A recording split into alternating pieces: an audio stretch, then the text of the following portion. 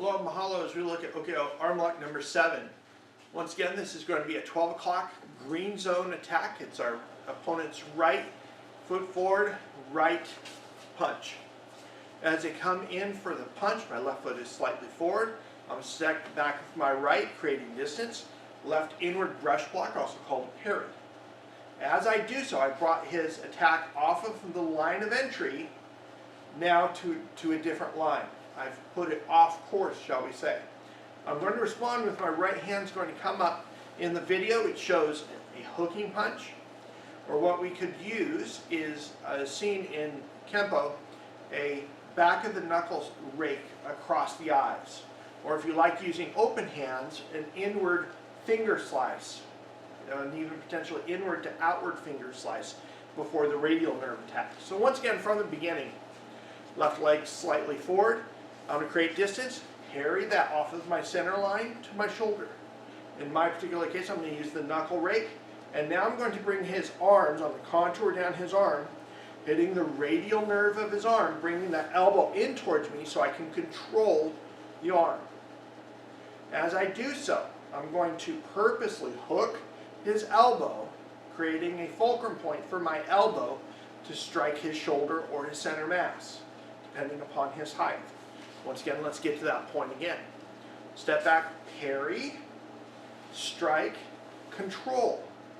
I'm going to continue that control as I rotate, and now I'm going to step forward so that my elbow can meet his mass and bring him down. Now you can either step forward or step the reverse. Once again, this depends upon height. If it is a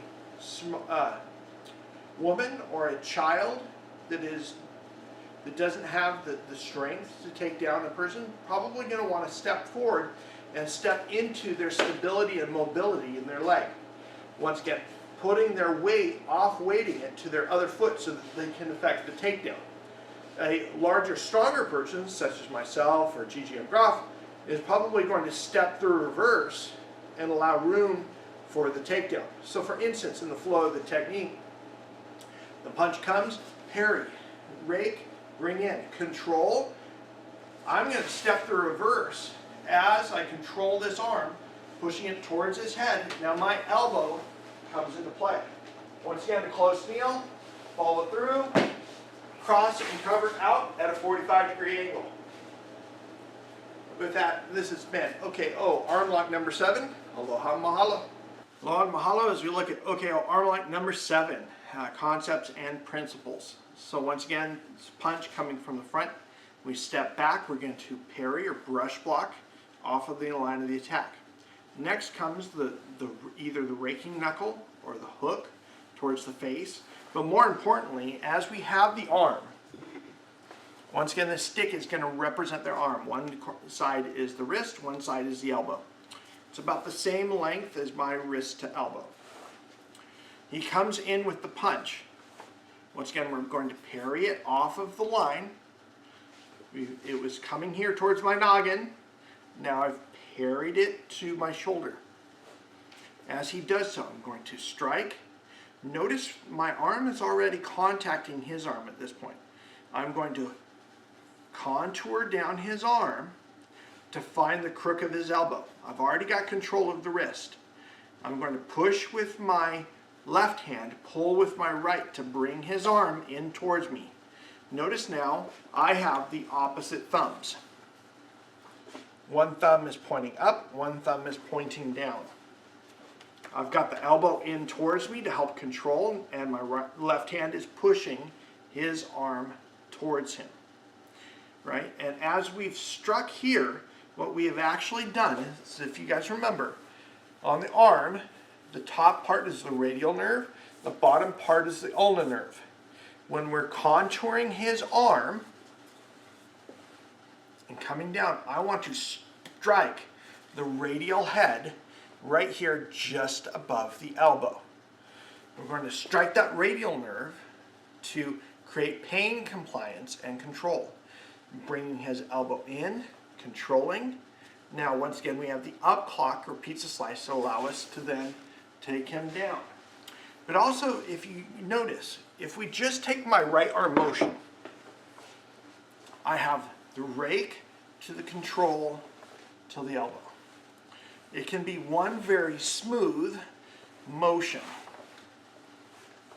Rake, contour, strike and control the elbow to my own elbow strike.